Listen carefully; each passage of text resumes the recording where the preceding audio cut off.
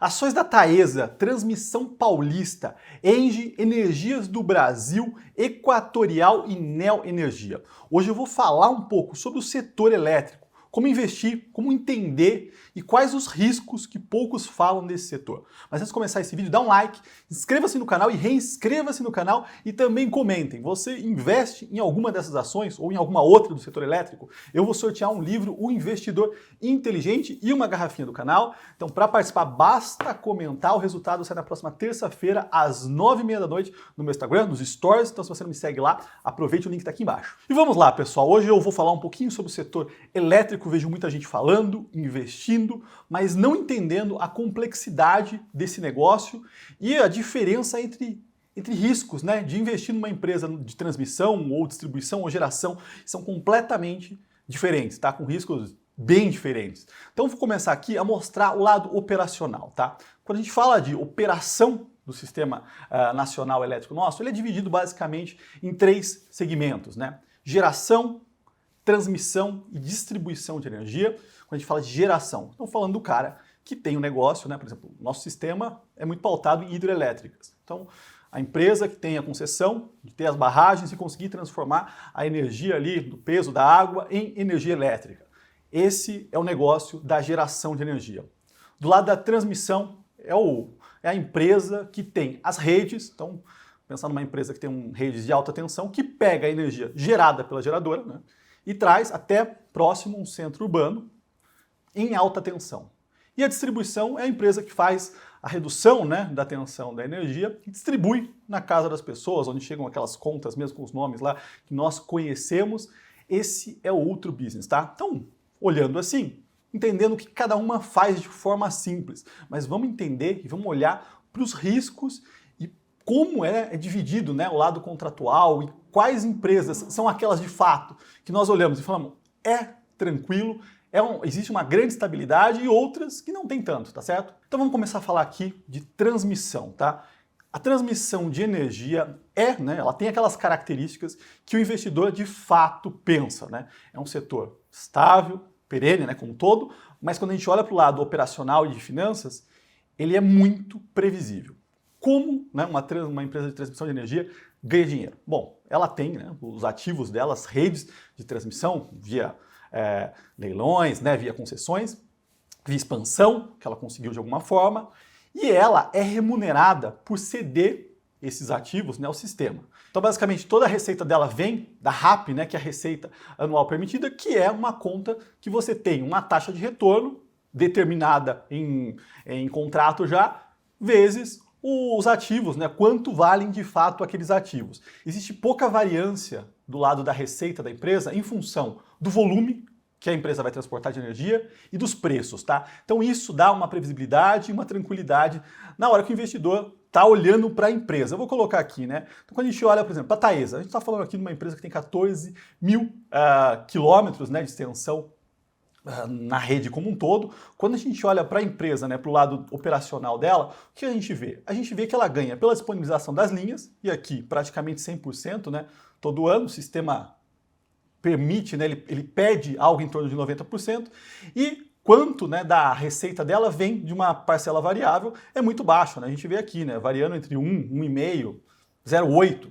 Então a receita da empresa é bem previsível. Quando a gente olha para a Transmissão Paulista, maior empresa de transmissão do setor, né, do Brasil, 33% da energia gerada do Brasil é transmitida via as redes da transmissão e praticamente tudo do estado de São Paulo. E quando a gente olha aqui também, né, a gente vê aqui a disponibilidade das linhas. Ela ganha por disponibilizar as linhas pro setor, né, pro segmento como um todo.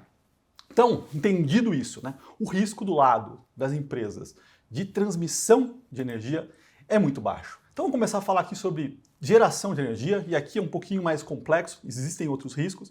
Eu trouxe aqui a Engie, a antiga Tractebel, e a Energias do Brasil, e aqui são empresas que estão atuando praticamente em todos os segmentos, em geração, em distribuição, em transmissão, mas que tem uma relevância maior no EBITDA, né, ou no lucro líquido, do lado da geração. Quando a gente olha para a composição aqui de energia, né, a gente vê o quê? 57% vem do sistema hídrico, mas quando a gente olha de forma global, né, 83% é renovável. Então estamos falando aqui de eólica, entre outros. Nosso sistema de geração de energia é muito limpo, então acho que entendido isso, o que existe nesse segmento? Né? Uma empresa que está gerando energia. Para quem que ela vende? Ela vende para a distribuidora. Então pensa na Enel, pensa na Light, nas empresas aí que entregam energia na conta de casa de fato nossa. Né? Ela está vendendo para essas empresas que é chamado, né, essa cadeia é chamado de ambiente de contratação regulado, o ACR. Então existem ali regras, leilões, regulamentações, onde as geradoras vendem para o sistema, né, para as distribuidoras e tem que entregar uma quantidade X determinada já, né, de energia com preços já travados. Outra parcela é feita no mercado livre, né, no ACL, ambiente de contratação livre, que pensa que outras empresas como uma Usiminas, uma Gerdau, uma Metal Leve, uma Randon, né, ela compra uma quantidade grande de energia, isso varia e ela pode negociar. Então é um outro mercado que também é grande, né, a gente está falando aqui de um mercado relevante e que basicamente a gente está falando de indústrias. Então são essas duas formas que existem dentro do sistema, mas o principal risco para a gente entender aqui é um negócio chamado garantia física. As empresas geradoras, elas têm um número, né, uma quantidade de energia que ela é obrigada a disponibilizar no sistema. Ela é obrigada a gerar, certo? Mas a gente está falando de um sistema nosso que é basicamente hídrico. Mas no caso de alguma seca, né, o regulador pode entrar e determinar que algumas regiões não baixem, né, as comportas para produzir a energia que ele deveria produzir.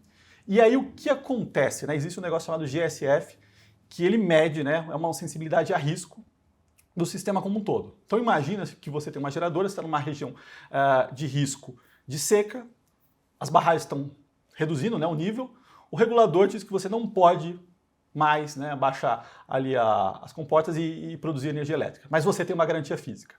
O que acontece? Você é obrigado, né, de alguma forma, o sistema como todo de geração é obrigado a pagar pela energia que não foi produzida, mas que vai ter que ser comprada. E ela vai ser comprada de outros tipos, né? Então, uma biomassa, um gás, um petróleo, e são energias mais caras. E aí o que acontece? O sistema fica short. Então você é obrigado a comprar uma energia cara e não produzir. E aí essas empresas podem ter grandes prejuízos, tá? Então você opera, você pode ficar short ou long, né? Essas empresas ficam short ou long ali, de fato, na energia. E aqui onde está o risco, tá? Em alguns momentos pode ser positivo para as geradoras, em outros momentos não. Quando a gente olha aqui, né, para os balanços, coloquei da Engie aqui, né, como é que ela está posicionada. Pessoal, todos esses gráficos aqui vou disponibilizar no meu Telegram, tá? Então quem quiser já estão disponíveis lá. Aí coloquei aqui também quanto, né, do EBITDA da empresa vem de geração, transmissão e aqui outras atividades. A gente vê aqui na Engie que praticamente, né, todo o EBITDA, 6,3 bilhões, vem da atividade de geração.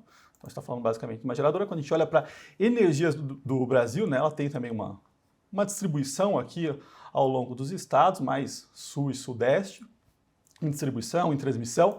E aí, quando a gente olha para distribuição do EBITDA dela, né, a gente vê aqui quase 40%, né, vem da geração, e aqui falando de geração térmica e geração hídrica, então é uma empresa que vem diversificando, mas tem uma grande exposição do lado da geração de energia, tá, pessoal? Então acho que esse é um ponto importante para os investidores entender que existem esses riscos, tá? A gente viu algumas coisas acontecendo aí, né, em 2011, 12, 13, onde tivemos canetada no setor.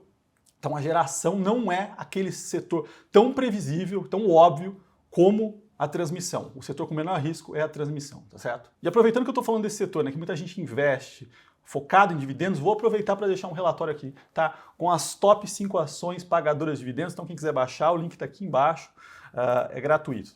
Bom, e por último, né, eu vou falar aqui do segmento, do subsetor, né, de distribuição de energia. Então trouxe aqui a Equatorial e a Neo Energia, que são duas empresas representativas nesse setor, para vocês entenderem um pouquinho mais. Quando a gente fala de distribuição, estamos falando de fato de quem está ali na nossa conta de luz, né? O cara que está entregando a energia elétrica, 110, 220 na porta das nossas casas.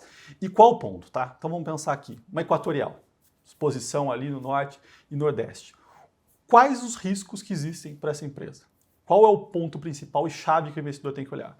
Quando a Equatorial está planejando os próximos anos, ela tem que estimar qual vai ser o consumo de energia das regiões onde ela opera. Tá? Então, qual vai ser o crescimento? 5, 7, 10, 2%? Então, existe um risco de volume. Se a empresa compra, né, para o ano seguinte ou para um determinado período, uma quantidade de energia em que sobra, né, ela comprou o excedente, ela vai ter que vender no sistema. E aí você acaba correndo o risco de preço. Se você compra uma quantidade que não é suficiente, né, ela está short, ela vai ser obrigada a comprar no sistema depois para entregar de fato. Então existe o risco de volume, que é um risco importante, né? A gente viu em 2020, tivemos volatilidade demais, né, na nossa economia. E o outro risco é a inadimplência. Então as pessoas não pagarem as contas, isso recai sobre as distribuidoras de energia. Então, que também é um risco relevante.